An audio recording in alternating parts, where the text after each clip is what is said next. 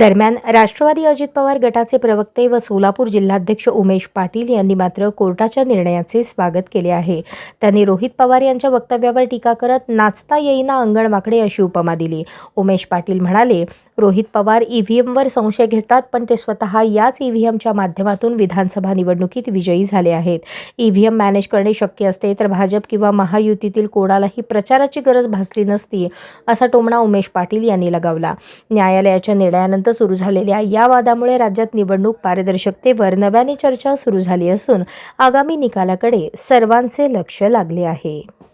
नाही, ते अपेक्षितच निर्णय होता, कारण त्या काही राज्यभरामध्ये ज्या नगरपालिका क्षेत्रामध्ये काही प्रभागांच्या बाबतीत, काही नगराध्यक्षांच्या बाबतीमध्ये नॉमिनेशनच्या संदर्भामध्ये बरेच जण निवडणूक आयोगाच्या नियमाप्रमाणे अपिलात गेलेले होते सत्र न्यायालयात, आणि त्यामुळं इलेक्शनच्या बाबतीतलं जे टाइम टेबल असतं हे टाइम टेबल काही ठिकाणी जे आहे ते डिस्टर्ब झालेलं होतं, आणि त्यामुळं त्या ठिकाणची निवडणूक आयोगाने पुढे ढकलली। आता काही जणांचं मतदान जे आहे ते 20 तारखेला होणार आहे, त्यामुळं जर मतमोजणी 3 तारखेला जर सगळी उर्वरित झाली असती तर त्यातून जे निकाल लागणार आहे त्याचा प्रभाव मतदारांवर पडू शकतो, आणि त्यामुळं फेअर इलेक्शनच्या याच्यामध्ये ते बसत नाही। म्हणून माननीय उच्च न्यायालय नागपूर खंडपीठाने त्यामध्ये मतमोजणीच्या संदर्भामध्ये 20 तारखेच्या नंतर म्हणजे 21 तारखेला ते घेतलेले आहे, ते योग्यच केलेलं आहे। त्याच्यामध्ये काही फारसा फरक पडणार नाही। मतपेट्या बंद होऊन त्या ठिकाणी स्टोअर रूमला ठेवल्या जातील, थोडा सुरक्षेचा ताण राहील,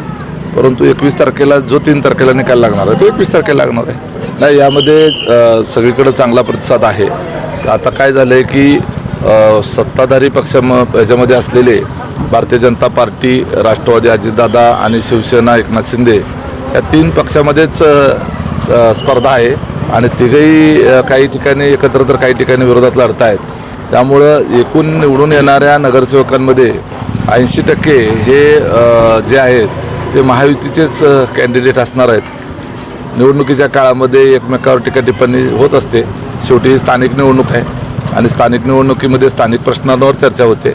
पक्ष पार्टी हे थोडंसं त्यामध्ये फारसं गांभीर्यानं लोक घेत नाहीत, स्थानिक पातळीवरचे विषय गांभीर्यानं घेतात।